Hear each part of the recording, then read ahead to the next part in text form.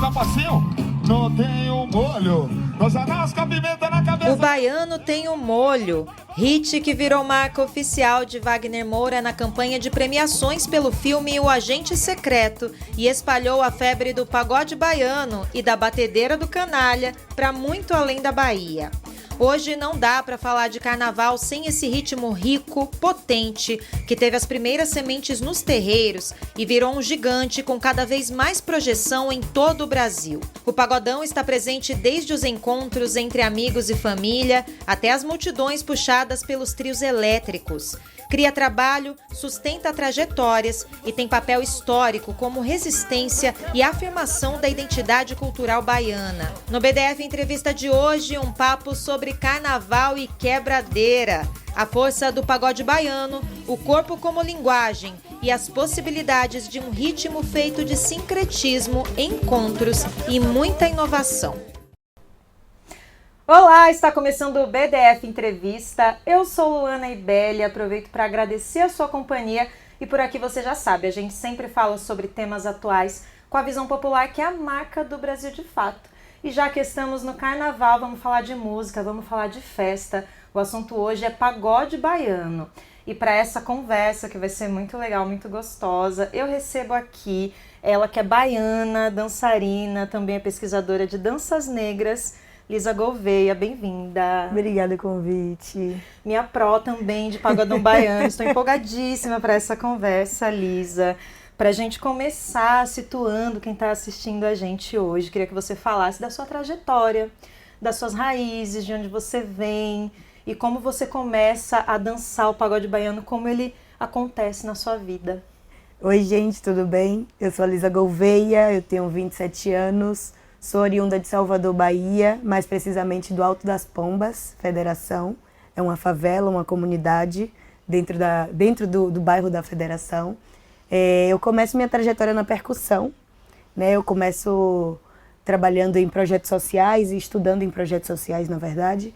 E a dança ela sempre foi presente na minha vida, o pagodão principalmente, porque o pagodão ele nasce nas favelas, ele nasce nas periferias. Ele nasce de uma batida que a gente escuta, de uma dança que a gente imita, de alguém que a gente viu fazendo algo legal e a gente gostou e começa a imitar. É muito normal, muito comum a gente crescer na Bahia ouvindo pagodão. Então, não foi algo premeditado, foi algo que simplesmente aconteceu. Eu acho que isso acontece com a maioria dos baianos que estão lá. É isso. E isso acabou se tornando um modo de vida para você também, assim como acontece para muitas pessoas que são da periferia também, né? O pagodão como um meio de trabalho, né? Como que isso aconteceu também? Foi natural também? Como que foi essa trajetória de trabalho? Eu, inicialmente, no início da minha adolescência, eu dizia que eu não gostava de pagodão. E isso porque tava na moda, né? Ser roqueiro, então eu queria ser roqueira. E eu ouvia pagodão, mas não em público, porque aí ia acabar com minha fama de roqueira. Eu não fazia ideia desse histórico seu. Sim, mas a partir do momento que eu comecei a estudar com grupos de dança e tinha um pagodão como base, foi algo que eu tive que assumir para o Brasil, que eu gostava de pagodão baiano. E isso era muito latente, assim, nas comunidades da Bahia. A gente criar grupos de dança, e esses grupos de dança, a gente criava coreografias com músicas de pagodão. Tem uma diferença aí entre o axé e o pagodão, mas os dois são ritmos que estão bastante intrínsecos, assim, nas comunidades. Desde a imitação de danças, desde a imitação de pessoas. E tudo começou quando eu vi que uma amiga estava estudando pagodão em uma comunidade que se chama Pela Porco. E aí eu falei, eu também vou. E aí eu comecei a ir, conheci o Cupim da Bahia, que é uma grande referência do pagodão baiano. Ele trouxe danças de academia para o pagodão baiano. E a partir disso foi paixão à primeira vista. Eu comecei a participar também de concursos. Existiam muitos, né? Concursos de pagodão baiano. Então, cada comunidade tinha um grupo que representava e a gente fazia esse concurso ali, que valia um dinheiro, que pra gente era muita coisa, né? Ganhar dinheiro com a nossa dança. E depois disso foi só sucesso, assim. Eu, inicialmente, comecei a trabalhar com danças afros e quando eu me entendi enquanto adulta e me entendi enquanto professora, comecei a me organizar para começar a compartilhar esse conhecimento. Foi no pagodão que eu vi esse lugar, essa afinidade e essa aproximação com as pessoas. Interessante você falar desse aspecto da pesquisa, do estudo, porque muita gente subestima as culturas negras, principalmente aquelas que são periféricas. E o pagodão é isso, né? Ah, aquela farofa, é o axé, tudo junto. Parece que não tem um pensamento ali e um fazer, e um saber fazer, e um trazer de influências. Então, como também acontece essa coisa da pesquisa no pagodão, você percebe também, às vezes, esse preconceito, essa falta de conhecimento mesmo de quem não está ali dentro da Bahia, e às vezes até quem está dentro, né? Porque como você falou, você passou por um período de afastamento desse ritmo que é tão presente ali na cultura, mas ele é tão rico, ele tem tanta base, então queria que você falasse um pouco como que é esse aspecto da pesquisa no pagodão, o que você tem aprendido nessa jornada? Bom, a primeira coisa que eu entendi é que o pagodão também pode ser um instrumento educacional, apesar de que há, sim, as letras que são mais pesadas, mas tirando essas letras, a gente consegue também ter um pagodão mais lúdico, e aí eu posso citar, por exemplo, um chão de harmonia, que ele traz sempre nas músicas a base do pagodão como molejo em específico e não a letra com palavrão. Eu aprendi isso com o Cupi da Bahia. Eu digo isso porque ele pegava músicas que inclusive tinham palavrão, que tinham duplo sentido, mas ele conseguia fazer com que crianças dançassem aquilo de forma não pejorativa e a gente desmistificava a letra, a gente não escutava a letra, a gente gostava de fazer a dança. E quando eu começo a crescer, me entender enquanto profissional, eu também sofri preconceito por entender e querer seguir esse caminho do pagodão. Sofri preconceito por pessoas mais velhas que eu, inclusive artistas de nome, que me colocaram nesse lugar de, não, você tem que fazer dança clássica, você tem que estar aqui fazendo dança moderna, e eu posso fazer dança clássica e dança moderna usando o pagodão também. É uma forma de experimentar essa musicalidade, até porque o pagodão, assim como outras danças negras, né, outras músicas negras, eles vêm do 6x8, que são 6 tempos dentro de uma base de 8. Então, se a gente contar 1, 2, 3, 4, 5, 6, 7, 8, a gente pode bater uma palma aqui, ó. 1, 2, 3, 4, 5, 6. E aí, misturado a outros instrumentos, a gente pode ter um samba de roda, a gente pode ter um samba que a gente escuta aqui em São Paulo e outras danças negras. O axé, ele parece muito com o pagodão, mas tem uma diferença aí. O axé é mais melódico. O pagodão, apesar de ter melodia, também é mais percussivo.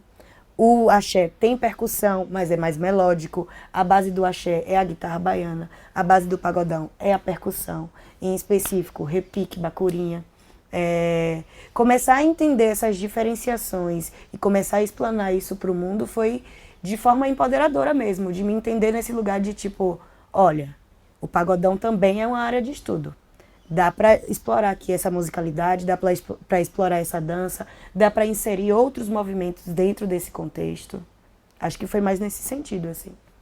E ele tem uma história, né, que começa, que envolve a religiosidade da população baiana, né, que envolve várias questões culturais, econômicas, né, que são inseparáveis ali da Bahia mesmo. Como que foi esse começo, Lisa, do pagodão, né? Pra até chegar onde a gente está hoje, que é tanta mistura, tanta inovação, como a gente falou no começo do vídeo.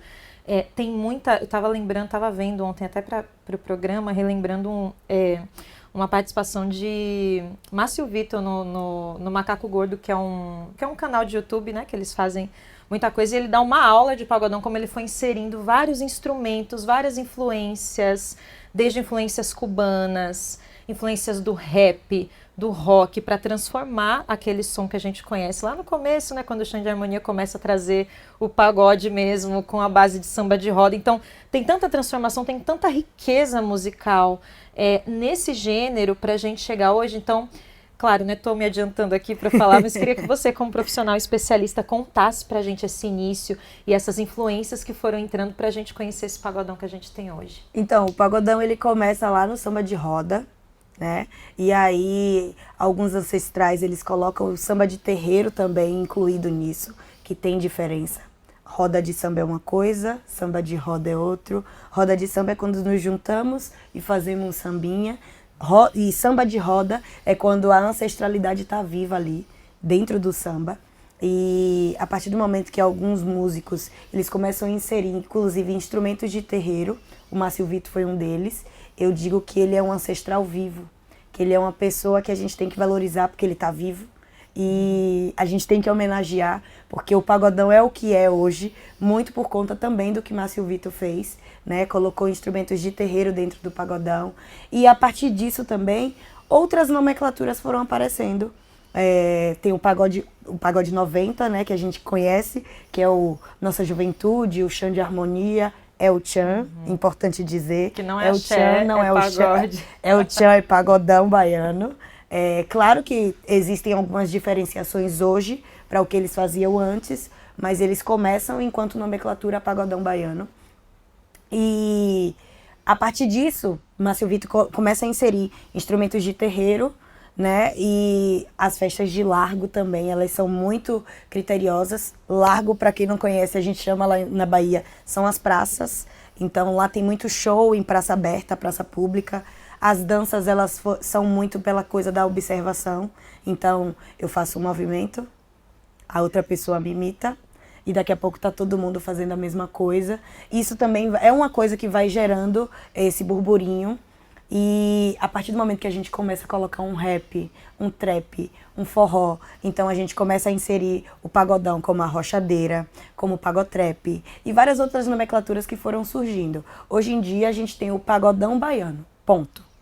Mas a gente tem as nossas subnomenclaturas, que são a rochadeira, que é o pagode com a rocha, o pagotrap, pagode com trap. E a partir dessas nomenclaturas, dessas diferenciações de ritmos, de inserção de instrumentos, vários outros nomes vão surgindo e acredito que o pagodão é só o pagodão. O que muda, Elisa, quando a gente tem uma desaceleração do ritmo, né? Porque parece que desacelerar o ritmo, quando a gente vai para o groove arrastado ali,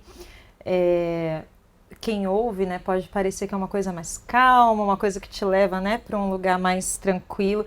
Não é exatamente isso. A gente tinha uma aceleração ali do samba de roda, sim, e aí vem o groove arrastado que faz essa divisão que você falou, né, que é mais lenta, mas ele mexe em outros lugares do nosso corpo. Isso estava ouvindo também, pensando no quanto ele movimenta a gente. Você como dançarina, né, que entende tudo de linguagem do corpo, o que muda quando a gente desacelera essa batida? Qual o swing que vem disso? O groove arrastado, ele nasce de uma expressão popular de denúncia, né?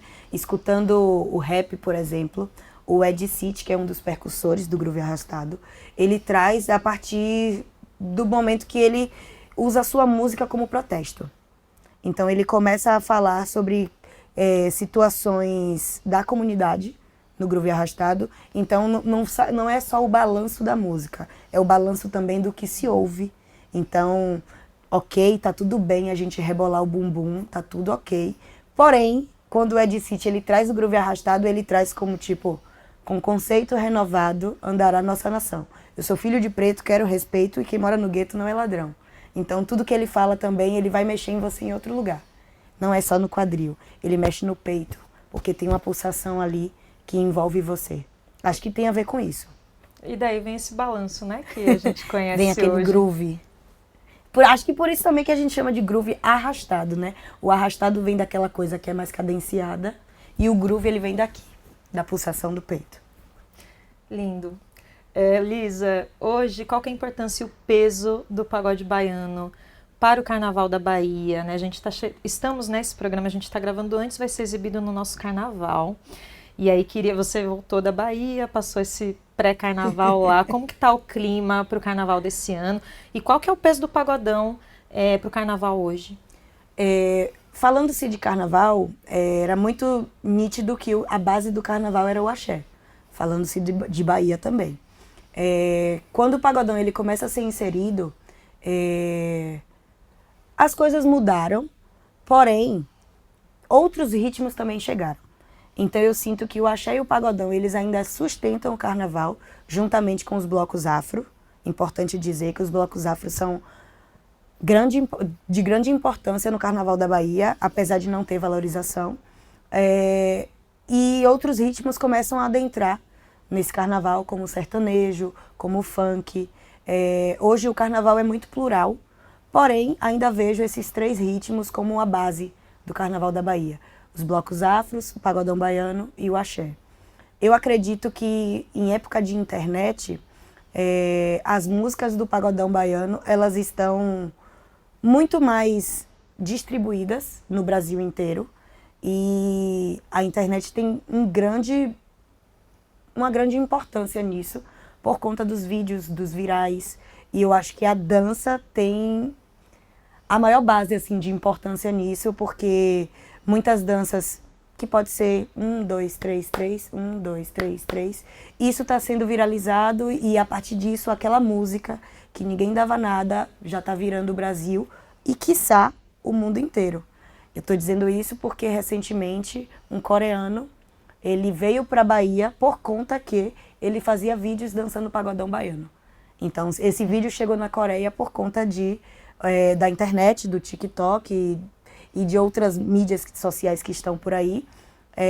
E hoje o pagodão, eu acredito que ele tenha uma importância, assim, a mais.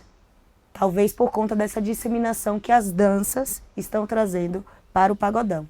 Claro que tem a crítica aí das músicas, das letras, que antigamente a gente tinha música de pagodão com duplo sentido, hoje a gente tem músicas de pagodão com o sentido explícito, e que é preocupante sim, por conta das crianças. Porém, eu acho também importante esse movimento explícito, porque assim como o funk, existe o funk light e o funk explícito, acredito que o pagodão também possa ter esse viés. Eu só acho que a gente deveria ter mais cuidado de onde esse ritmo ele pode ser expressado, porque o pagodão não é só o explícito, ele pode também ter o duplo sentido e ele pode também não ter nada desse sentido. Ele pode só falar de brincadeira, de como tem músicas de brincadeiras infantis em ritmo de pagodão, enfim. Eu acredito que o pagodão é múltiplo, porém, ele tem que ser tratado com cuidado. Uhum.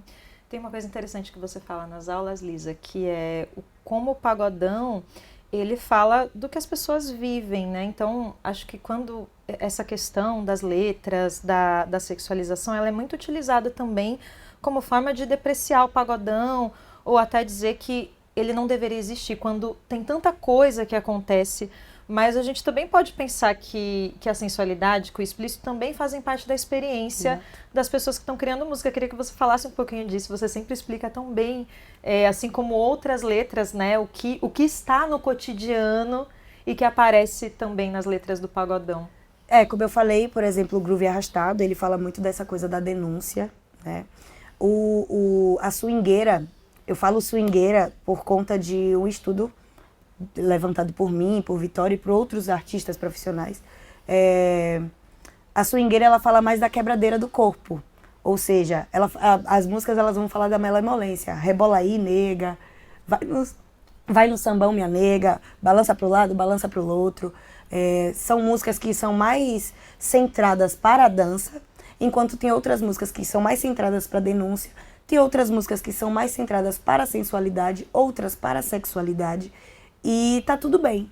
Eu acho que o pagodão é essa grande junção de situações, de movimentações. Como eu falei, é muito do cotidiano. Então, tem uma senhorinha ali que faz acarajé. Poxa, que legal, ela faz o acarajé e ela bate o acarajé desse jeito. Já criei uma música. Olha a baiana batendo acarajé. Já é uma música que eu criei aqui agora. Então, o pagodão, ele surge muito dessa brincadeira, assim, de pessoas, não necessariamente compositores. Possa ser uma pessoa que simplesmente viu uma situação, achou legal, escreveu ali, mandou pro artista e vai funcionar enquanto música. Eu acredito muito nessa coisa do pagodão ser livre, mas o pagodão é a identidade da periferia de Salvador. Eu falo muito isso. Você estava falando de internet, né, e dos fenômenos da internet. Acho que é super legal a gente trazer aqui o caso do Canalha, que é a última febre mais recente. As pessoas estão redescobrindo aquilo que lá nos anos 90 redescobriram com Xande, né? Um homem que rebolava, dançando. E Canalha fez um sucesso, tem feito um sucesso muito grande aqui no Sudeste, né, Lisa? Foi para Afropunk, no Rio, e as pessoas enlouquecendo com esses movimentos de capoeira e de tudo, né, de batedeira. Canalha que tem uma trajetória aí de ter sido entregador, justamente mais uma pessoa da periferia que também ganhou aí projeção graças ao pagodão. Como que você vê esse movimento? Olha, a gente está vendo aí também, Lisa. Você apareceu ali dançando, a gente já mostra isso, porque foi um concurso muito legal também de dança, mas vamos falar desse assunto do Canalha. Como que você vê esse sucesso? E como que você também avalia o olhar aqui do Sudeste, agora conhecendo o pagodão, Canalha, né? O pagodão e Canalha, né? E o que ele traz no corpo dele também, esse repertório da periferia, do pagode, Sim. enfim.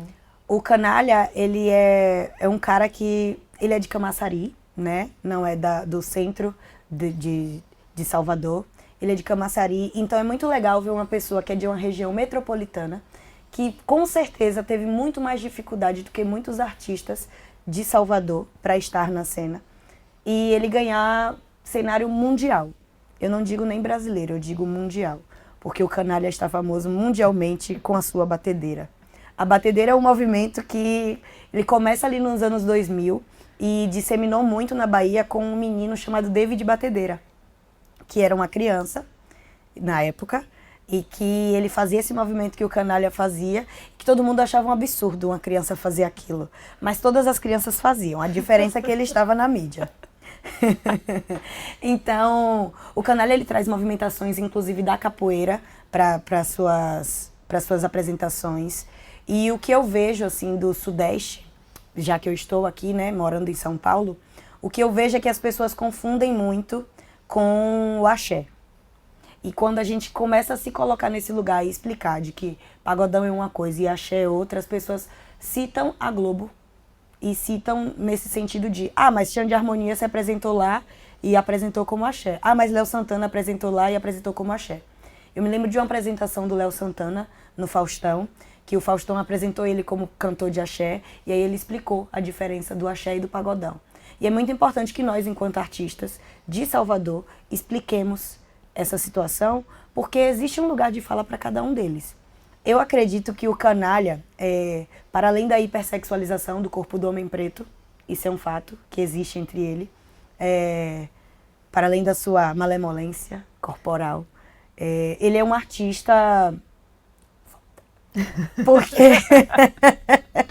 Porque ele traz o pagodão na sua pura essência, ele traz o duplo sentido e ele sustenta isso.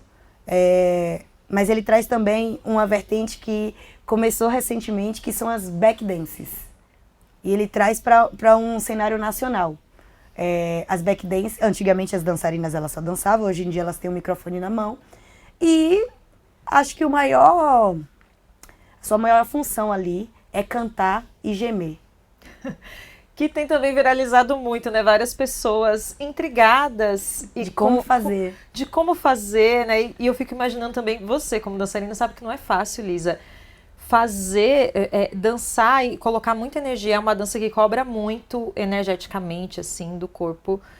E o canto também, então não é uma coisa banal, não é qualquer coisa cantar e gemer enquanto dança. E fazer a batedeira enquanto dança e fazer a batedeira. Canta. É muito difícil. E o Canalha, ele sustenta isso também, né? Ele é um cara que ele gira o palco todo, ele roda o palco todo, ele dá uma armada, ele dá um aú, ele dá pirueta, ele pula, ele faz batedeira e ele continua cantando, assim como sua backdance e sua dançarina. Porque ele tem uma dançarina e uma backdance. Pra mim, o que fica explícito assim é que existem outras formas de fazer pagodão. E isso tá saindo da Bahia e indo pro mundo. Antes, a gente já conhecia o El Chan, a gente já conhecia um Léo Santana, a gente já conhecia um Xande Harmonia, mas o Canalha, ele fura essa bolha e ele mostra, por exemplo, que o naipe, ele também pode ser alcançado por outros lugares. O Canalha, ele não traz o naipe como vertente, em algumas músicas ele traz, mas ele não traz como base principal. Mas eu acho importante também que a gente sustente esse lugar de que o pagodão ele pode se reinventar. Muitas pessoas, inclusive antigos que estudaram pagodão, eles são contra esse novo essa nova vertente que é o naipe, né? Que é uma dança que é muito solta, mas que se a gente for parar para entender, se a gente for parar para pensar, essa dança já existia. Se a gente for assistir o Parangolé aí, na época de Léo Santana, já existia Marquinho Sprite fazendo Largo Doce Pivete. E eu estou citando o Largo Doce Pivete como música, mas a gente conheceu o Marquinho Sprite, que é um dançarino, como o Largo Doce Pivete, porque ele fazia uma dança bem louquinha, assim. E que hoje é conhecido como naipe. Então, o que eu fico na cabeça, assim, é entender. A gente nasce, as coisas já existem. Às vezes a gente coloca uma nomenclatura ali e a gente diz, eu criei. Mas se a gente for pesquisar direitinho, as coisas já existiam e o que a gente está fazendo é colocar nomenclatura. Mas a dança do pagodão, ela já existia. Se a gente for investigar direitinho, o pagodão, ela vem de uma dança negra e periférica. Essa dança negra e periférica, ela vem do samba de roda. Do samba de roda que vem do lundu. O lundu é uma dança africana. Africana, que vem dos escravizados e que trouxeram para cá e que tinham que esconder sua cultura, porque se eles mostrassem, eles seriam presos. Assim como o samba foi proibido, a capoeira foi proibida, hoje em dia a gente não poderia proibir o pagodão, por conta de políticas mesmo, mas se a gente for perceber as políticas públicas na Bahia, muito já se fez para o pagodão ser cancelado mesmo, ser colocado como marginalizado mesmo. E aí o que eu gosto do que está acontecendo atualmente é essa difusão do pagodão em vertentes diferentes. Não só o pagodão do El Chan, mas tem o pagodão do Canalha também, quebrando barreiras. Hoje em dia tem o Lequinho, que a partir do TikTok, a partir de uma letra, que tem um trava-língua, o Lequinho está conhecido nacionalmente, talvez mundialmente. Então a internet também ela é muito criteriosa para essa difusão do pagodão, né? Acho que a internet foi a cereja do bolo, assim, que disse, olha mundo, existe aqui, ó, pagodão baiano. Assim como está acontecendo também com o brega funk, que já existe há muito tempo, é o brega funk que é oriundo de Pernambuco, já existe há muito tempo, porém com a internet a gente está conhecendo o que é o brega funk e está essa febre no mundo. Hoje em dia também tem o rock doido, na verdade não, já existe há muito tempo, porém agora é que a cultura nortista está sendo disseminada. Então, acredito que a internet está nessa função, assim, de disseminar alguns ritmos, algumas experiências que eram mais regionais e que agora está disseminando para o mundo. E não é de hoje, né, Lisa? Eu tô lembrando aqui do quanto essas coreografias sempre circularam e tem aquele caso clássico, né, da violeira de Apache, que é um vídeo que deve ter uns 15 anos já, Lisa, 15, 13 anos. Você devia ser bem novinha quando circulava esse vídeo. Era criança, mas já circulava ó, até o vídeo com a qualidade bem baixa, porque na época, né, enfim, as coisas evoluíram bastante hoje, mas esse vídeo circulava nos celulares de todo mundo e as pessoas hoje, todo mundo sabe fazer essa coreografia. Se você é baiano, você viveu ali esse período, eu já estava fora da Bahia já, né, quando isso viralizou, mas é impossível você não ter nenhum conhecimento, né, da coreografia quando toca ali o solinho. E isso tem também viralizado novamente, né? Porque o TikTok ele tem uma dancinha específica, né? Mas eu tenho visto muitos jovens também recuperando essas coreografias mais antigas. E acho que isso tem muito a ver com o que você falou ali no começo do programa, né? Da relação da dança com o pagodão e com o baiano. É muito engraçado aqui em São Paulo perceber, né? Eu tenho essa circulação em roda de samba, que é diferente, né? O samba de mesa que a gente chama aqui. E para mim é muito interessante você estar ali, o pau comendo, aquele samba tocando, e não tem ninguém dançando. Porque não é tanto da experiência aqui, né? E na Bahia isso é totalmente indissociável. Você bota a sua caixa de som no quintal e a família vai dançar. E qualquer samba, a dança tá totalmente associada a isso. De onde que vem essa relação tão próxima com a dança? E você já falou, né, que vai espalhando de um para o outro. Mas como que surge isso e por que a dança não está separada do pagodão? Antes de responder sua pergunta, eu vou falar desse vídeo que apareceu aí, que é um grupo chamado Massacre Dance, que é um grupo que é muito antigo. Na época não tinha TikTok, não tinha Instagram, então essas pessoas postaram um vídeo no YouTube e viralizou. Eles são, porque eles existem ainda.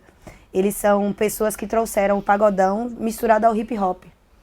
Então, já é um avanço, uma coisa totalmente distinta do que a gente já estava acostumado. E a ideia desse vídeo era o seguinte, eles chegaram numa praça com um carro de som e começaram a dançar. Então as pessoas começaram a aparecer e virou aquela plateia ali que a gente viu. Eu acredito que a dança ela não está dissociada do pagodão exatamente por essa pulsação que o pagodão carrega. Existe o 6x8, que está ali atrás, mas existem outros instrumentos que trazem essa vibração que, para mim, é impossível ouvir um pagodão e ficar parada. Então eu escuto, nem que seja a cabeça aqui mexendo, eu já começo a Nem sua cabeça entrar vai na descendo pro vibe. corpo inteiro, né? Aqui, É, ó. vai indo, vai indo. Eu acho mesmo que tem a ver com essa pulsação e com essa identificação, talvez nas letras, talvez na realidade do que se fala. Acho que as pessoas elas vão muito nessa coisa da festa, né? A Bahia, ela pulsa música, ela pulsa dança. Você chega na Bahia, você já consegue escutar tan, tan, tan, tan, tan, tan, em qualquer lugar. Seja um som mecânico, seja alguém tocando alguma coisa, seja alguém tocando instrumento ou um balde. Então, eu acredito que essa pulsação que a região ela dissemina, ela vai passando assim de pessoa para pessoa. E as crianças elas já crescem ouvindo isso, elas já crescem. Eu lembro que meu primo, com 1 ano de idade, tinha uma música chamada Sim, Sim, Sim, Não, Não, Não. Ninguém nunca mostrou vídeo nenhum para ele e toda vez que tocava essa música ele sabia dançar. E a gente achava incrível, gravava ele. Como é que esse menino sabe dançar isso? É algo que é da pulsação. Simplesmente o baiano nasce e o baiano tem um molho. É totalmente inseparável o molho do baiano, né, Lisa? Agora, você está falando de dança. Em agosto do ano passado, teve uma iniciativa bem legal lá em Salvador, né? A Batalha de Pagode Baiano, que também serviu para divulgar o trabalho de muitos artistas, como o Cupim da Bahia, que fez uma oficina. E você participou, ganhou ali 3º lugar, já estou contando um pouco da história. Mas me conta como foi participar disso e qual que é a importância da gente trazer o concurso, né, trazer as pessoas que estão ali trazendo novas linguagens aí para a dança do pagodão e como que foi participar, claro. A ideia desse concurso era justamente resgatar algo que já acontecia há muito tempo. Como foi falado aqui antes, existiam grupos de pagode que a gente fazia esses concursos nas comunidades. A gente procurava vereadores, pessoas para apoiar, e aí a gente conseguia um prêmio minimamente, R$100 para 8 pessoas, mas a gente conseguia. Existia também uma parceria com o Sesc. O Sesc ele participava sempre desses concursos, cedia o espaço, porém, depois da pandemia, isso foi se perdendo, e aí o EPA, que é o Encontro Periférico, Encontro Periférico de Artistas, eles se juntaram para criar a Batalha de Pagodão Baiano. Essa, se eu não me engano, é a 3ª ou a 4ª edição. Eu participei de 2. Para mim foi muito importante participar, principalmente por estar em São Paulo e estar sedenta por alguns movimentos que não existiam mais. Para Salvador, principalmente, eu acho que é uma exaltação mesmo do pagodão e dos artistas periféricos, porque a maioria das pessoas que participavam ali, elas não estão na cena, elas não estão no palco. Normalmente são pessoas comuns, médicos, advogados, estudantes, pessoas que estão aprendendo a dançar, mas estavam ali se desafiando, não pagamos nada para participar, mas ganhamos prêmios em dinheiro, além do reconhecimento e publicidade para trabalhos. Até porque, além do Cupim da Bahia, tínhamos ali o Alex Max, que é um cantor super famoso de pagodão, da velha guarda do pagodão. Tínhamos Léo Crete, enquanto organização ali do evento também. Tínhamos Poquinha, que é uma pessoa super famosa nas rodas de samba da Bahia. A gente considera, é uma pessoa travesti, inclusive, importante citar. É uma travesti super importante nas rodas de samba da Bahia. Lembrando que, falando-se de roda de samba, é uma coisa super definida, assim. Mulheres sambam, homens dançam, ou homens tocam. Isso era muito definido e hoje em dia a gente consegue ver mulheres tocando, homens dançando, travesti dançando, cantando. Então, trazer essa exaltação, trazer o corpo periférico, os corpos que normalmente não estão no palco, os corpos que não se identificam, né, como o padrão para estar ali naquele palco e ver a que a gente consegue estar no palco, nos amostrar, inclusive para artistas que estão na cena, é muito importante. E, para além disso, disseminar o pagodão como um todo. eu lembro que eu levei a minha mãe para assistir. A minha mãe conhece o pagodão porque ela mora lá e ela escuta, mas ela nunca tinha visto uma batalha de pagodão, né? Colocaram uma música ali que a gente não sabia qual era e a gente tinha que desenvolver com o corpo o que aquela música estava pulsando na gente e tinha um tempo específico. Então, junta ali o nervosismo, a loucura de ver várias pessoas importantes, famosas ali na sua frente, além da sua família. A vibração das pessoas assistindo, a vibração das torcida. pessoas. Nossa. Eu, por exemplo, eu inventei de fazer um personagem, né? Eu entrei, existem alguns arquétipos que a gente conhece na Bahia e existem as rifeiras, que eram muito latentes antes do tigrinho, né? A gente tinha pessoas que usavam toucas e andava com um papel de rifa e oferecendo para as pessoas, muitas delas com cabelo para cima ou mascando chiclete. Então eu entrei nessa vibe, com essa touca, com essa rifa e falando para todo mundo, assine minha rifa, assine minha rifa. E as pessoas identificaram, falaram, olha, ela tá imitando as rifeiras. E aí no momento eu tiro a touca e viro a Lisa Gouveia de novo. Então explorar isso é muito legal. Eu vi que tiveram outras pessoas também que trouxeram personagens, trazer essas personalidades, trazer esse diálogo, porque antes da batalha, inclusive, teve uma oficina de dança com o Cupi da Bahia e teve um debate. Esse debate a gente falou, eu, Alex Max, o Cupim da Bahia, teve Karina Santana também, que é uma coreógrafa que está chegando na cena do pagodão. E a gente começou a falar sobre pagodão e discutir com pessoas, inclusive, mais velhas.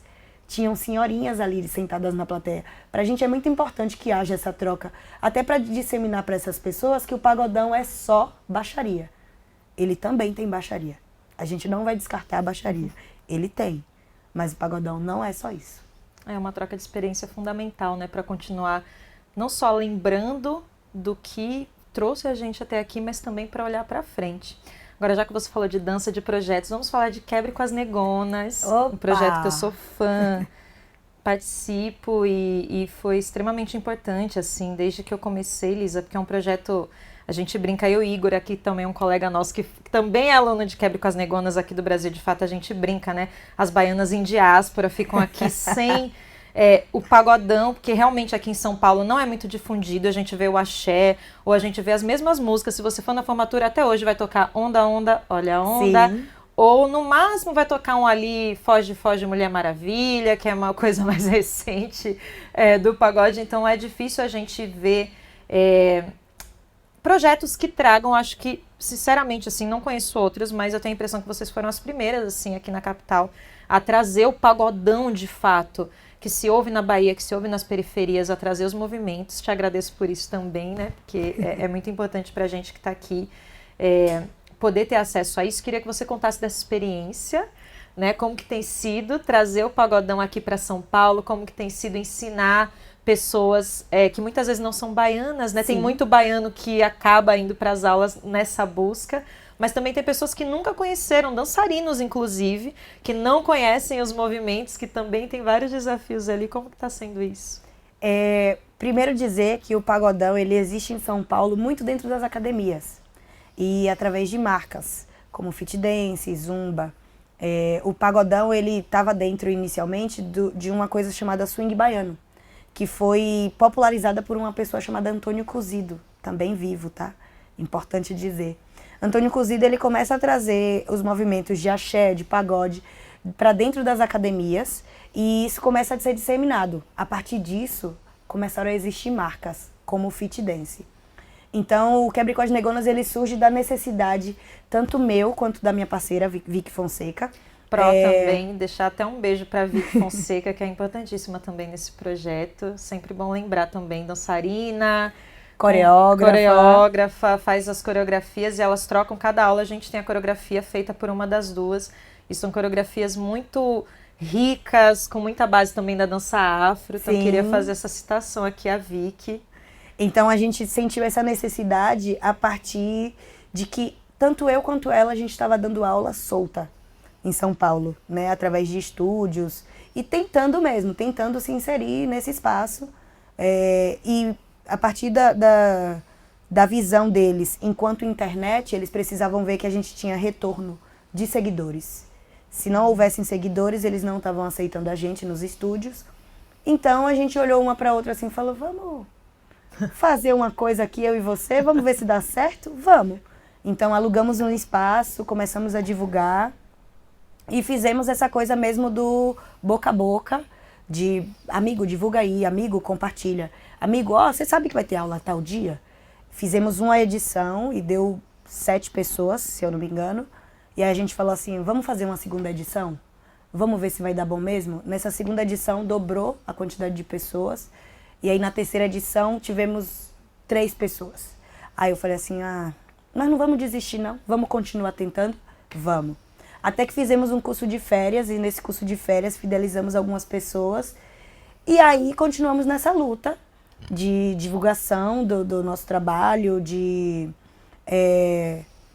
captação de público.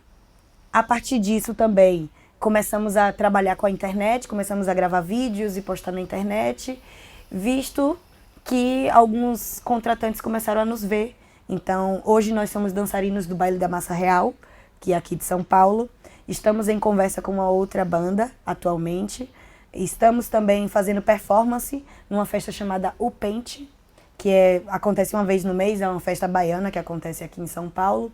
Recentemente fizemos a aparição na Galpão Quina e também na Baticu. Ou seja, estamos quebrando barreiras, começamos dando aula de dança, mas já viramos um grupo de estudos, porque nas nossas aulas a gente não só dança, a gente também fala, estuda. Passamos em 2 editais, fomos dar aula na São Paulo Escola de Dança, inclusive 2 vezes. Demos aulas também na Muntu, que é no Centro de Referência da Dança.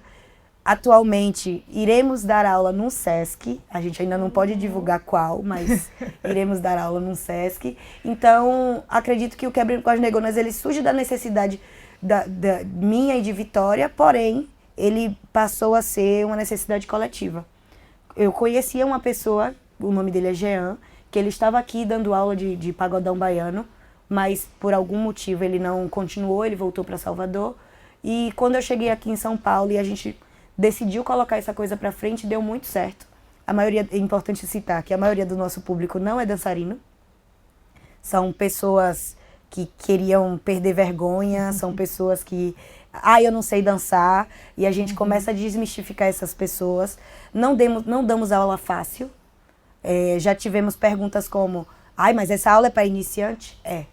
Porque a gente acredita que iniciante pode fazer tudo, até porque uma batedeira ela não surge de uma aula de dança, ela surge de uma movimentação, de uma música que eu ouvi, olha o que meu corpo faz. A batedeira ela surge assim, eu não vou para academia para ensinar, não é assim que a gente aprende uma batedeira, então... E é assim que se aprende também na Bahia, né, Lisa? Ninguém dá colherzinha de chá, não, minha filha. Você vai chegar lá, você vai ter que... Você vai na aula do Quebra com as Negonas. A aula é fácil. Não, a aula não é fácil, mas você é capaz de fazer.